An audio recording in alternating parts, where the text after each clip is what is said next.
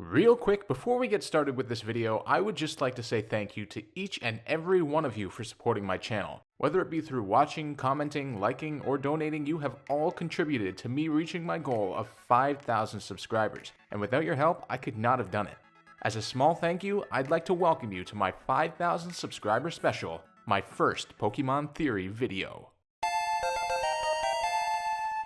Samuel Oak, the first character that we ever meet in the Pokemon video games, and the iconic professor of the Kanto region. Professor Oak has made numerous appearances in a lot of the Pokemon media, and as such, we know a lot about him since the beginning of Red and Ash's journey. However, his past is quite mysterious, and given his significance in the Pokemon franchise, it is worthy of exploring. Today, we're looking at the backstory of Professor Oak and trying to answer the timeless question, was Professor Oak once a successful Pokemon trainer?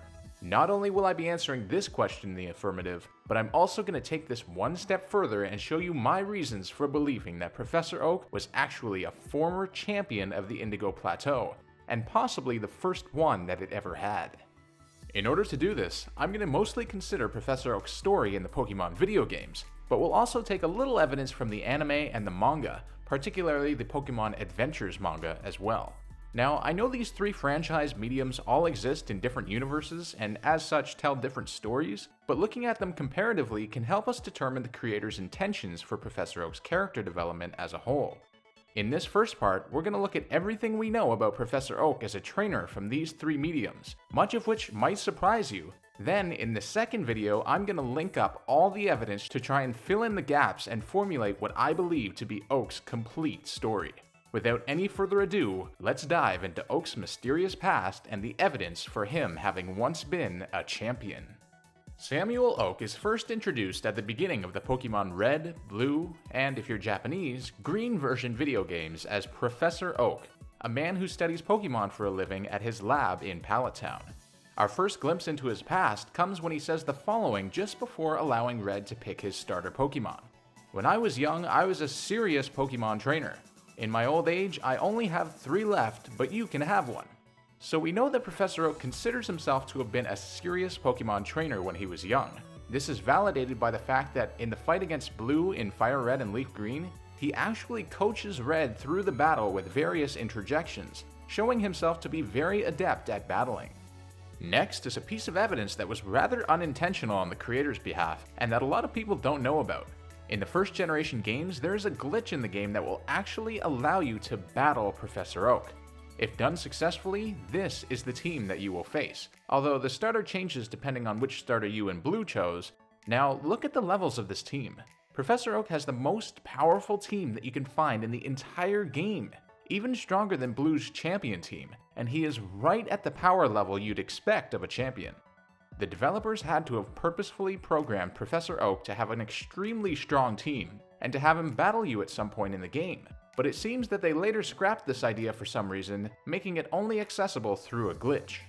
Now aside from this glitch, we have a long drought in terms of information about Professor Oak's past from what we can gather at the start of the game, and it actually isn't until the Indigo Plateau Pokemon League where we find out more.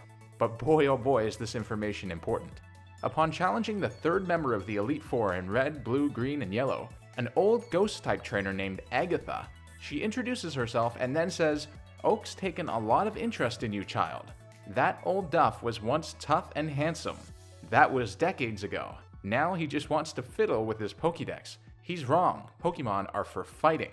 Red, I'll show you how a real trainer fights." And in Fire Red and Leaf Green, she adds that he's a shadow of his former self. From this, we can gather that Agatha and Oak must have known each other since they were significantly younger, and at that point she respected him for being such a tough trainer, but believes that for decades he has been weak and only interested in his research. Information about their relationship is not limited to what Agatha says, however. In Fire Red and Leaf Green, the Fame Checker key item also reveals a bit more. If you find the Pokemon Journal at the Pokemon Center on 7 Island, the Fame Checker will say the following. In her youth, Agatha and Professor Oak were rivals who vied for supremacy as trainers. Not only is the term youth usually reserved for people under the age of 18, although interestingly enough the United Nations categorizes youth as those up to 24, if that counts for anything in the Pokemon world. But also notice how it didn't say they just compete against one another, but that they vied for supremacy as trainers. And supremacy is defined as the state or condition of being superior to all others in authority, power, or status. Who is the trainer that is superior to all others? None other than the champion, of course. For this reason, I for one interpret this as Oak and Agatha having once battled for the championship, and proves that Oak was at one point, at the very least, a strong enough trainer to compete with Agatha. This idea is actually supported by the Pokemon Adventures manga's rendition of the story. For those of you who don't know, Pokemon Adventures is actually the main manga for Pokemon, and was once described by Satoshi Tajiri, the creator of Pokemon, as being something that most closely resembles the world he was trying to convey. The manga also released in March of 1997, about a year after the Pokemon Red and Green video games were released in February of 1996, and were meant to be based on the games.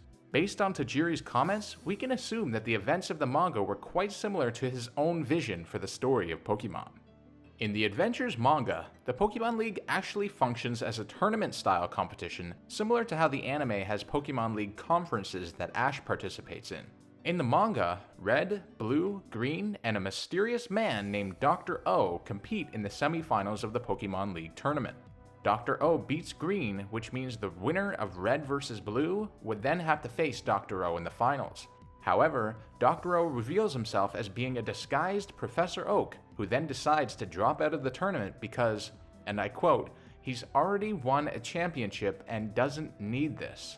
In the panel in which he says this, he is seen recalling a battle with Agatha. This aligns directly with my theory that Agatha and Oak battled for the championship in the video game story as well, which he subsequently won and became the champion, similar to what the manga portrays. But there are still two big pieces of evidence in the video games that point towards Oak having been a champion.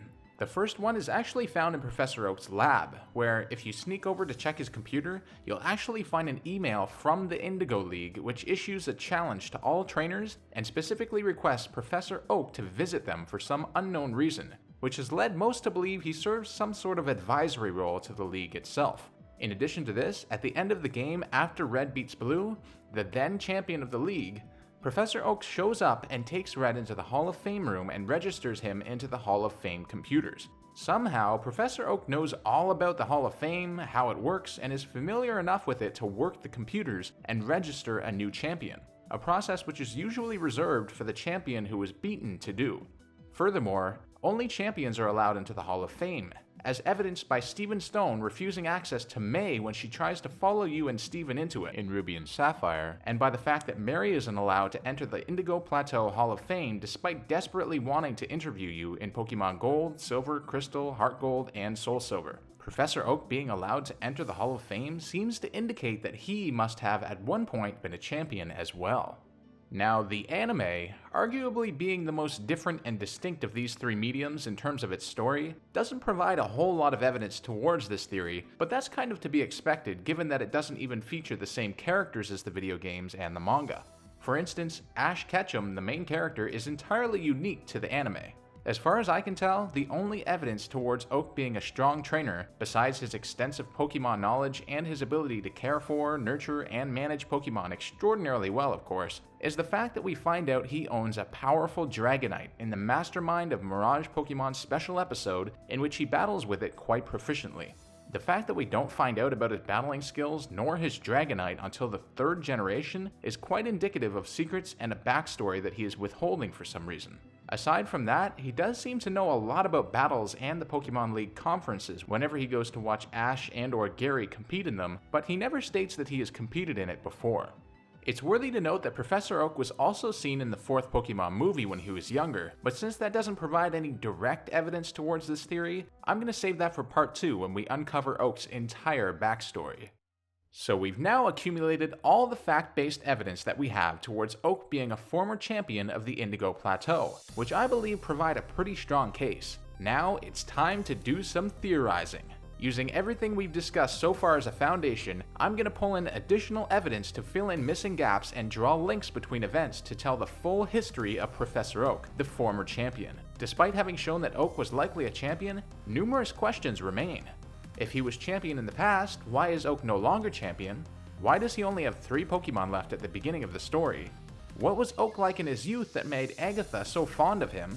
How, when, and why did he grow soft, as she puts it, and why does she have such resentment towards him? Why did the Pokemon League contact him via email right before Red starts his journey? There are so many questions, and they need answers.